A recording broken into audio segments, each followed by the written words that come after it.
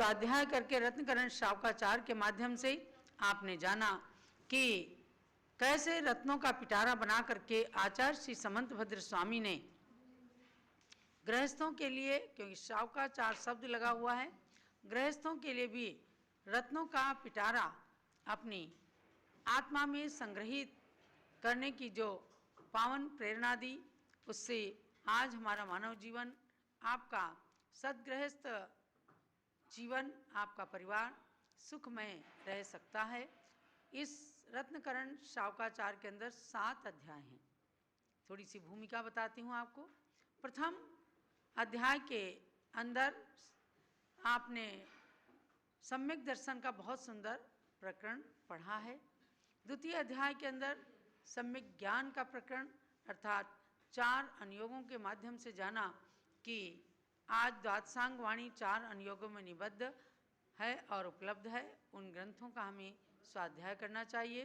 तृतीय अध्याय के अंदर चारित्र का लक्षण, उनके भेद, 5 अणुव्रत, उनके अतिचार और व्रतों का फल दर्शाते हुए श्रावक के अष्टमूल गुणों का भी वर्णन किया कि प्राथमिक रूप में हर श्रावक श्राविका को अष्टमूल गुण जरूर पालन करना चाहिए। चतुर्थ अध्याय के अंदर 3 गुण व्रत का वर्णन हुआ और पंचम अध्याय में 4 शिक्षा व्रतों का विशद विवेचन किया गया है। छठे अध्याय में आगे आएगा सल्लेखना मरण की विधि और 7वें अध्याय में श्रावक की 11 प्रतिमाओं का वर्णन और रत्नत्रय धारण करने का फल बताया जाएगा। तो ये चतुर्थ अध्याय चल रहा है। यानी कि जानना ये है कि श्रावकों की 5 अणुव्रत, 3 गुणव्रत और 4 शिक्षा व्रत, इनका जब पालन होता है तो श्रावक पूर्ण रूप से देशव्रती कहलाता है और वह तमाम पाप कर्मों की निर्जरा करते हुए, असंख्य कर्मों की निर्जरा करके पुण्यशाली बनते हुए, पाप छोड़कर पुण्य की ओर बढ़ते हुए मोक्ष मार्ग में अग्रसर होता है। तो 4 शिक्षा व्रतों में आया देशावकाशिक, सामायिक और प्रोषधोपवास और वैया व्रत। आपने देशावकाशिक व्रत के बारे में भी जाना, सामायिक व्रत के बारे में भी जाना, प्रोषधोपवास का वर्णन चल रहा है। आज है श्लोक नंबर 107, अर्थात 18 अप्रैल तक आपके 106 श्लोक हो चुके थे। आचार्य समंतभद्र स्वामी की ये महान और दुर्लभ कृति है। इसका अध्ययन अब पुनः जारी रखना है। 107 नंबर के श्लोक की ओर चलेंगे। पहले मंगलाचरण। नमः श्री वर्धमानाय निर्धूत कलिलात्मने सालोकानां त्रिलोकानां यद्विद्यादर्पणायते। जिनके ज्ञान के अंदर अलोकाकाश सहित तीनों लोक दर्पण के समान झलक रहे हैं, ऐसे वर्धमान अंतिम शासन नायक महावीर भगवान को नमन करके और प्रोषधोपवास व्रत की ओर चलती हूँ। जिस प्रोषधोपवास के बारे में 106 नंबर के श्लोक में कहा कि प्रत्येक महीने की 2 अष्टमी और 2 चतुर्दशी, ये जो पर्व आते हैं उनमें अपनी इच्छा के अनुसार, आगम के अनुसार चारों प्रकार के आहारों का यथाशक्ति त्याग करना। यदि चारों प्रकार के आहार का नहीं त्याग कर सकते तो एक बार भोजन करके और प्रोषधोपवास नाम के शिक्षा व्रत का पालन किया जाता है। शिक्षा व्रत इनका नाम इसीलिए है कि आगे मुनि व्रतों को धारण करने की जो शिक्षा देते हैं, ऐसे शिक्षा व्रतों का पालन कीजिए। तो उपवास के दिन त्याज्य यानी त्याग करने योग्य कार्य क्या हैं उसके बारे में बताते हैं। पंचानां पापानां मलंक्रियारंभ गंध पुष्पाणां स्नानांजननस्यानां मुपवासे परिहृतिं कुर्यात्। सरल एवं सरस शब्दों में हिंदी का पद्यानुवाद परम पूज्य गणिनी प्रमुख श्री ज्ञानमती माता के द्वारा रचित, उसको भी पढ़ते हैं।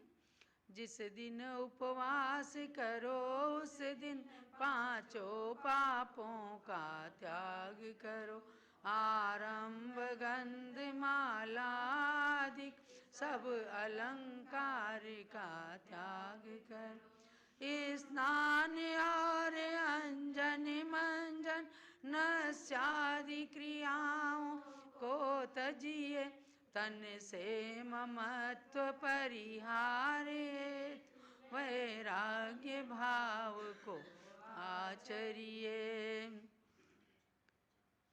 जिस दिन उपवास करते हैं अर्थात अष्टमी को, चतुर्दशी को, उस दिन उपवास के दिन पांचों पापों का त्याग किया जाए। पंचानाम पापानाम, पांचों ही पापों का त्याग करना है उपवास के दिन। अलंग क्रियारंभ गंध पुष्पाणाम, और जो तरह तरह के अलंकार आभूषण आदि धारण किए जाते हैं उनका भी त्याग करने का या प्रमाण करने का भाव रखना। खेती आदि का आरंभ करने का भी त्याग करना। चंदन आदि सुगंधित पदार्थों का यानी उपटन आदि लगाते हैं उनका भी उस दिन के लिए विशेष त्याग करना।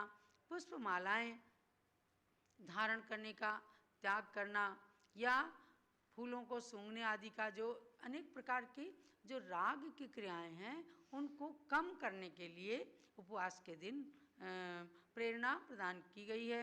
अंजन, काजल, सुरमा, मंजन वगैरह करने का त्याग कर देना, क्योंकि एक दिन अपने शरीर से पूर्ण निर्मम हो करके और भगवान की भक्ति और आत्मा के ध्यान को करने का भाव बनाना, ये इसी को कहा गया है कि परिहृतिम कुर्यात्, स्नान अंजन नस्याना उपवासे परिहृतिम कुर्यात्, अर्थात स्नान अंजन नस्य, कोई कुछ सूंघने की आदत होती है, गंध आदि के सूंघने की आदत, तो उन सब का परिहृतिम कुर्यात् अर्थात परित्याग करना चाहिए।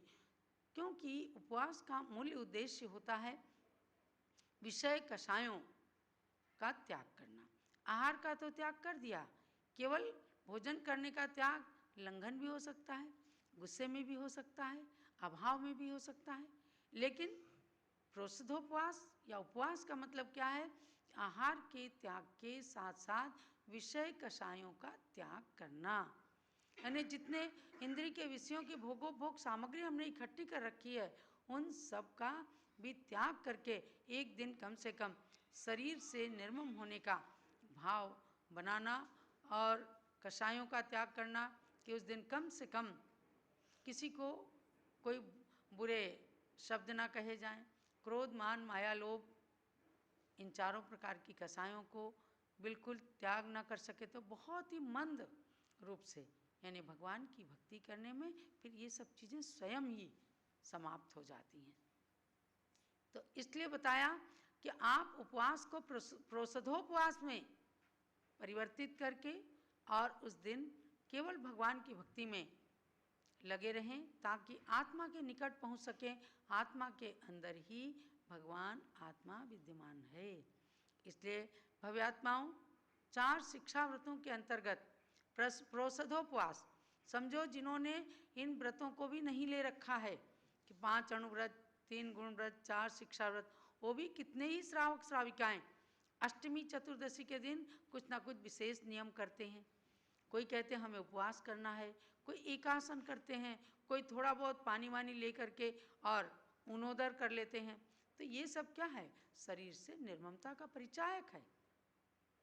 और अगर इन व्रतों का पालन कर लेते हैं तो समझो कि शिक्षा व्रत के अंतर्गत जो प्रोषधोपवास है उसका पालन करने से विशेष पुण्य की प्राप्ति होती है। तो इसमें यही समझना है कि रागवर्धक जो गीत, संगीत, नृत्य आदि हैं उनका भी उस दिन विशेष रूप से त्याग करना, बिल्कुल साधारण भावों से रहना। तो ये प्रोषधोपवास है।